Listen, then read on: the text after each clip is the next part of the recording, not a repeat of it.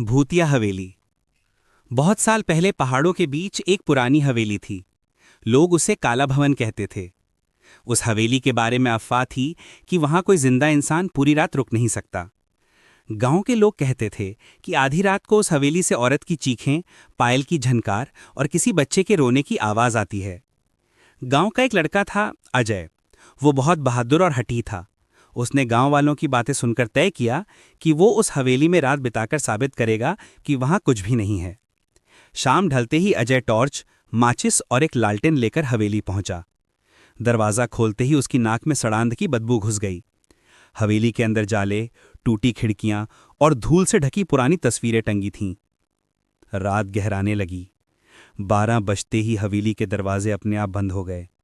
अजय ने टॉर्च जलाई, पर अचानक उसकी रोशनी बुझ गई। उसने लालटेन जलाने की कोशिश की, मगर हवा का झोंका आकर उसे भी बुझा गया।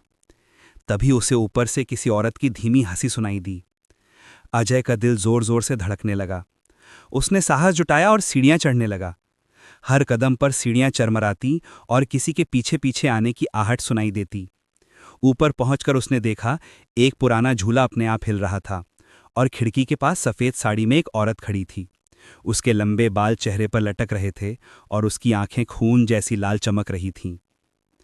अजय डर के मारे भागने लगा, लेकिन दरवाजा अंदर से बंद था। तभी हवेली की दीवारों से बच्चे के रोने की आवाज गूंजने लगी, माँ, माँ। अचानक वो औरत उसकी ओर उड़ती हुई आई और उसकी ठंडी सांसें अजय के गर्दन को छूने लगीं।